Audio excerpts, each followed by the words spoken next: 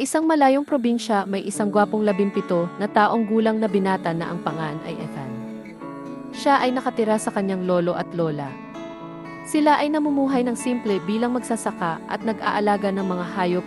Mapagmahal si Ethan ng mga hayop at inaalagaan niya ang mga manok, pabo, kambing at kalabaw. Tumulong siya sa pagpapakain nito. At tumutulong din siya sa ibang gawain ng kanyang lolo at lola. Sila ay may malaking palayan, maisan, palaisdaan, manggahan, sagingan at iba pang root crops at bungang kahoy. Si Ethan ay masipag at mabait na bata, siya ay matulungin. Lagi itong tumulong sa mga gawaing bahay at sasakahan.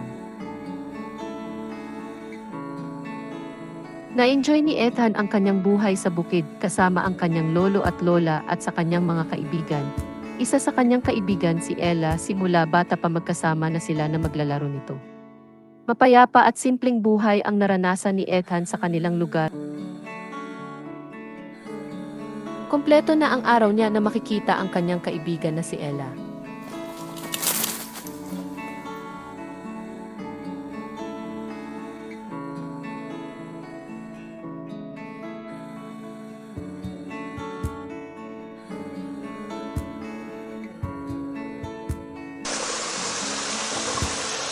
Lagi siyang naliligo sa ilog kasama ang kanyang alagang aso na si Barker.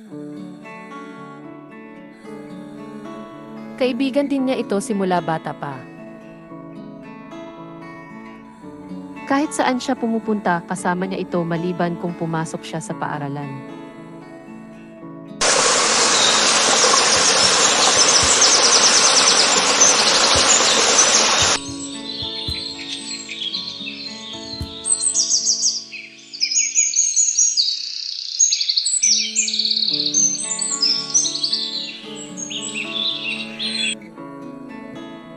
Isang araw pumunta sila sa bukirin, kasama ang lolo at lola niya, at ang kanyang pinsan. Nangunguha sila ng mangga at hina-harvest nila ito.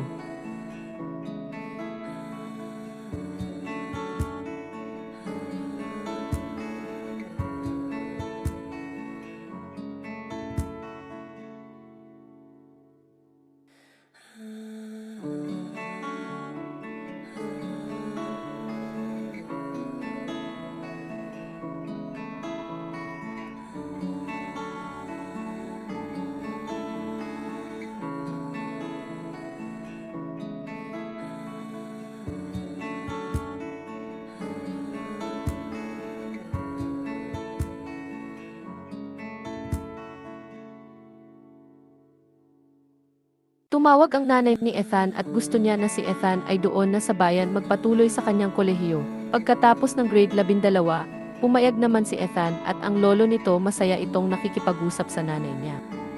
Sobrang saya ni Ethan na kasama nito ang kanyang kaibigan na si Ella at ang magandang pinsan nito na si Erica.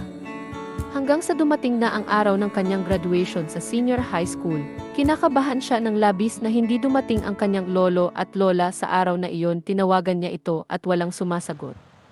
Maya-maya mayroong tumawag at nagsabi na nasa hospital ang kanyang lolo, inaatake. Laking gulat niya at lungkot.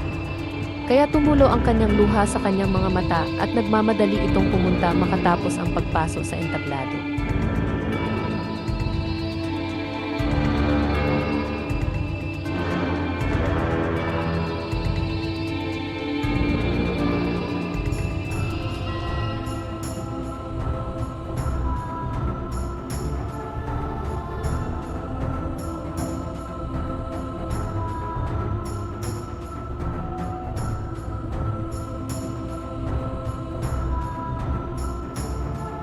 Sa hospital, nasa sa emergency room gayon ang lolo ni Ethan, inasikaso ng mga doktor. Laking lungkot ni Ethan na sabay ito sa kanyang importanteng okasyon sa buhay niya.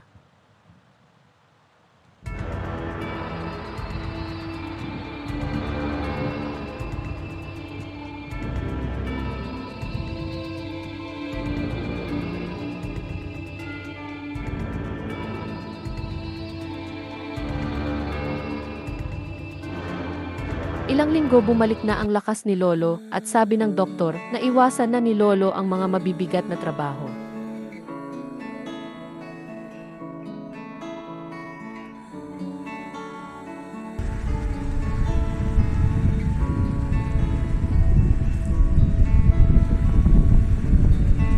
Masaya na umuwi sa bagong tahanan sila Ethan at ang kanyang lolo at lola sa bagong bahay na pinagawa ng nanay nito.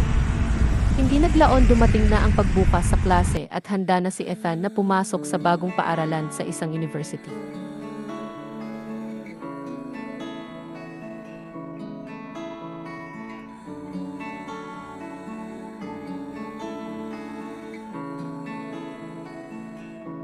Ngayong nanibago si Ethan sa kanyang paligid dahil bagong school, bagong kasama, kaklase at bagong bahay.